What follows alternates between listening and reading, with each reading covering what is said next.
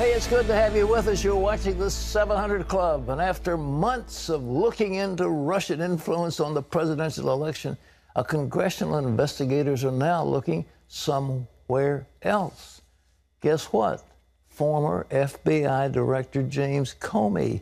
They'll be trying to figure out if he mishandled classified information in his memos, which he wanted to get leaked to the New York Times.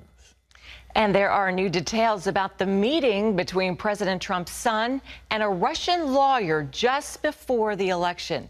National security correspondent Eric Rosales brings us the story from Washington.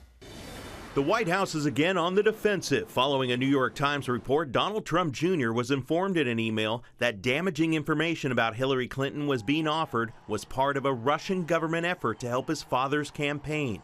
Trump Jr. wasn't the only one at the meeting.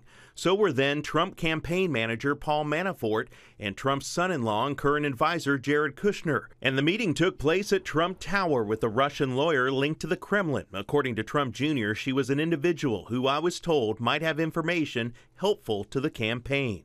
This is the first time that the public has seen clear evidence of senior-level members of the Trump campaign meeting with Russians to try to obtain information that might hurt the campaign of Hillary Clinton.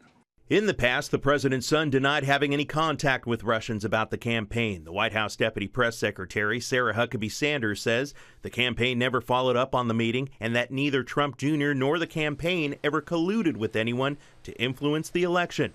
And she says the president only recently learned of that meeting. Donald Trump Jr.'s lawyer released a statement saying this is much ado about nothing. But the same may not be true for former FBI Director James Comey. A new report reveals 4 of the 7 memos that he wrote following his interactions with President Trump contain classified information.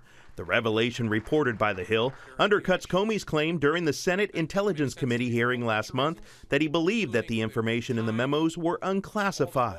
I understood this to be my recollection recorded of my conversation with the president. As a private citizen, I felt free to share that. I thought it very important to get it out. Comey revealed during testimony that he shared the memos with a Columbia University law professor, who then shared the memos with reporters. The Hill points out that Comey's actions raised the possibility that he broke his own agency's rules and ignored the same security protocols that he publicly criticized Hillary Clinton for, regarding her decision to keep classified documents after leaving the State Department in 2013.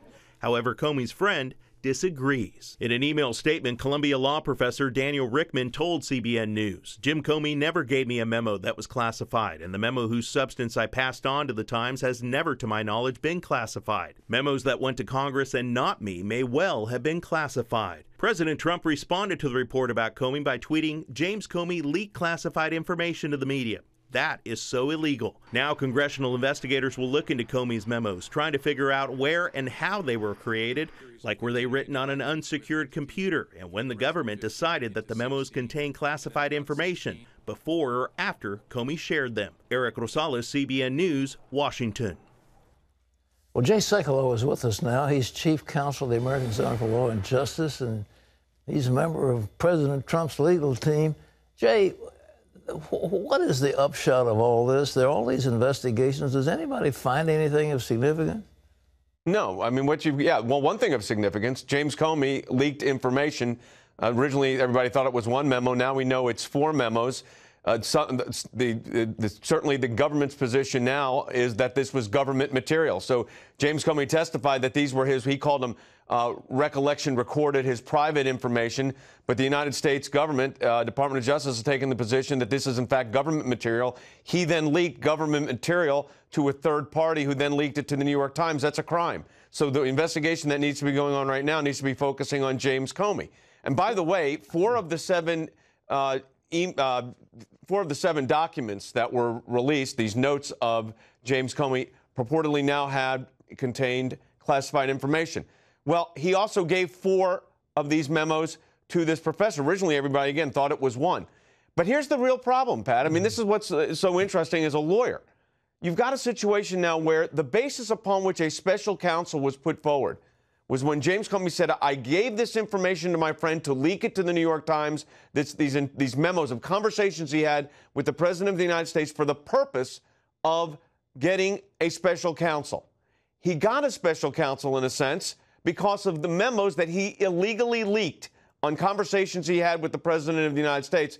To me, that undercuts this entire special counsel probe. I mean, it's based on illegally leaked information. I don't think a lot of people are drawing that analysis right now, but that's the analysis that needs to be looked at. We're looking at it legally. You have to look at it legally.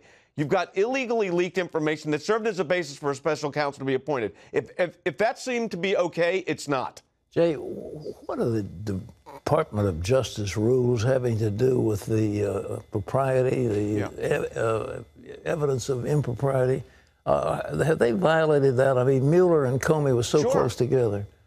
Well, could you imagine if an FBI agent was conducting an investigation, that FBI agent gets fired, it filled out what's called the Form 302s, which are, as basically what James Comey did, notes of a meeting, except that's a witness. This was the President of the United States. And then leaked them after he got terminated from his FBI position to the press. What would be happening to that FBI agent? He'd be being visited by other FBI agents, and a grand jury would be impaneled, and a case would be brought against him for leaking government information. By the way, it doesn't have to be classified to be a crime under 18 U.S.C. 641. So that's what you got to realize what happened here. So that whole basis of the transaction on the James Comey side of this is suspect from the beginning. We now know it was multiple memos. We now know that those memos may well have contained classified information. And, you know, to the protests contrary to the law professor friend of his, well, really? I mean, that's the basis upon which we're feeling okay about this, the American people? Ask yourself this question, everybody that I'm talking to right now. Why is it okay that James Comey leaked conversations he had with the President of the United States to anybody, let alone ultimately to the New York Times? Let me ask you Why this. Is that okay? It's not. This whole concept of obstruction of justice, Alan Dershowitz says there's no way a president could obstruct justice since he's the ultimate arbiter of when cases are to be brought or not brought, and he can also pardon the subject of any investigation. Can there be obstruction of justice by a president in the case they're talking about? Like Comey said, he's going to have it referred to the special counsel. Absolutely not. I mean, just think about what would be happening if there was, in fact, charges being made or investigations take place. Remember, the president received a recommendation from both his attorney general and deputy attorney general that James Comey was no longer capable of leading the FBI and that they needed new leadership in there. The president took action and decided to terminate James Comey's position as the director of the FBI. He has the constitutional right under Article 2 to do just that. He did it.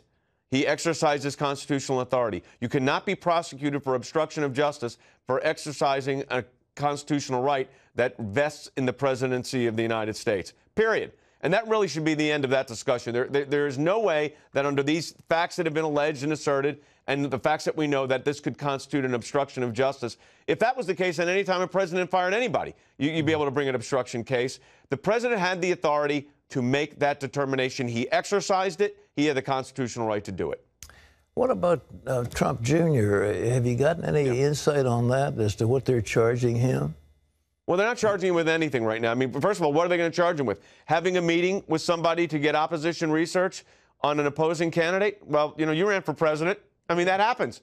People have meetings. And, you know, they're trying to make this some kind of, you know, Russian interference. Everybody ignores the fact that the Ukrainians were working with the DNC in support of Hillary Clinton, right? That gets a pass. So a meeting with a lawyer from Russia who said initially, or purportedly, that she had information about opposition research on Hillary Clinton, and ends up not being the case, by the way. So, no, that's not a violation. There's no illegality in the meeting, and, of course, there was no follow-up and no action taken. So, again, it's a bit of a media frenzy, but if you get past the frenzy and look at what the facts are, what's the illegality? I keep saying that with collusion, this, you know, so all this collusion they're alleging. What exactly is collusion? First of all, collusion is not a crime. But what is a crime here? Well, no, this is not a crime. A meeting with an individual who had opposition research on a candidate that happened, and this particular lawyer happened to be Russian, does that all of a sudden change the rules? No. You, as I said, you ran for president. You know how opposition research works. You have a whole department. That's what they do. They find holes in the opposition to try to exploit them for your benefit in a political campaign. Jay, we have tremendous problems facing our nation. We've got debt problems. We have trade problems. We have problems with North Korea. When is this stuff going to end? I think the American people are sick of hearing Russian involvement in the election that's just long past. Can they shut it down ever? Well, you know, this thing needs to be done quickly. I mean, our goal, is this speaking now as one of the president's lawyers, is to, you know, get this matter over with. Again, at this point, let me just be very clear here. There is no way an obstruction of justice charge can be brought against the president for exercising his Article 2 power. So that's number one. Number two, you raised the issue. Let's talk about a really serious issue, North Korea. This is a really serious issue that the American people are facing and the president's having to deal with. So any of these things laying over the president in any way becomes a bit of a distraction, even for our enemies. So the president's singularly focused right now on these, when I say singular, multiple issues, focused like a laser beam on them. But yes, I don't like the fact, I don't think it's good for the United States to have this hanging around. So if it's, you know, the president has been very clear, as has those individuals that have been contacted, that they'll participate when they need to participate. But right now, there's no investigation of the president. We've been not notified of any investigation of the president of the United States, period. Well, Jay, I appreciate your work. And the president seems to have good spirits. He just keeps on plugging. He's an amazing man. So you're in touch with... He's doing his job. Yeah, amen. Well, do the best you can. We're all with you. We're doing it, sir. God bless you.